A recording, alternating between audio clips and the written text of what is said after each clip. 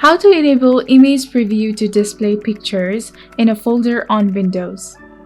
Hi everyone, welcome back to another tutorial. Today I'm going to teach you to enable image preview to display pictures in a folder on Windows. First of all, open your folder and click on the View tab.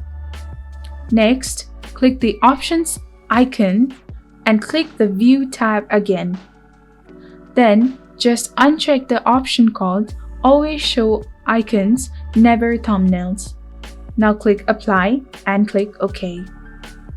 Make sure your folder is displaying proper viewing in order to see thumbnail previews with the supported viewing option.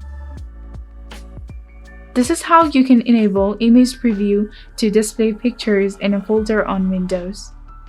If you found this video helpful, do not forget to like, comment, share, and subscribe to this channel for more amazing tutorials. Thank you. See you in the next video.